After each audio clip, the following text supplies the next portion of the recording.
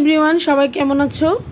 এই গরমে আজকে আমি নিয়ে চলে এসেছি, দেখো, পাতলা পাতলা কই মাছের ঝোল। গরমের দিনে একটু টক ডাল, তিতো আর কই মাছ বা যাই মাছ বলো, শুধু পাতলা ঝোল হলেই হবে। চলো, এখানে আমি কই মাছ, আলু, ডাঁটা, কাঁচকলা ভেজে নিয়েছি।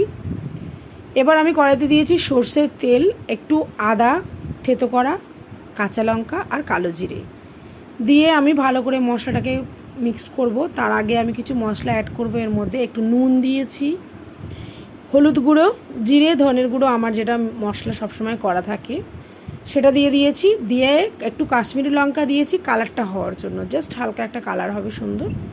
এবার আমি মশলাটাকে তেলের সাথে ভালো করে কষিয়ে নেব।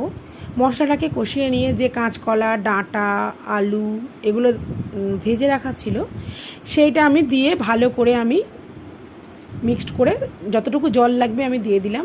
একটু বেগুনও দিয়েছিলাম।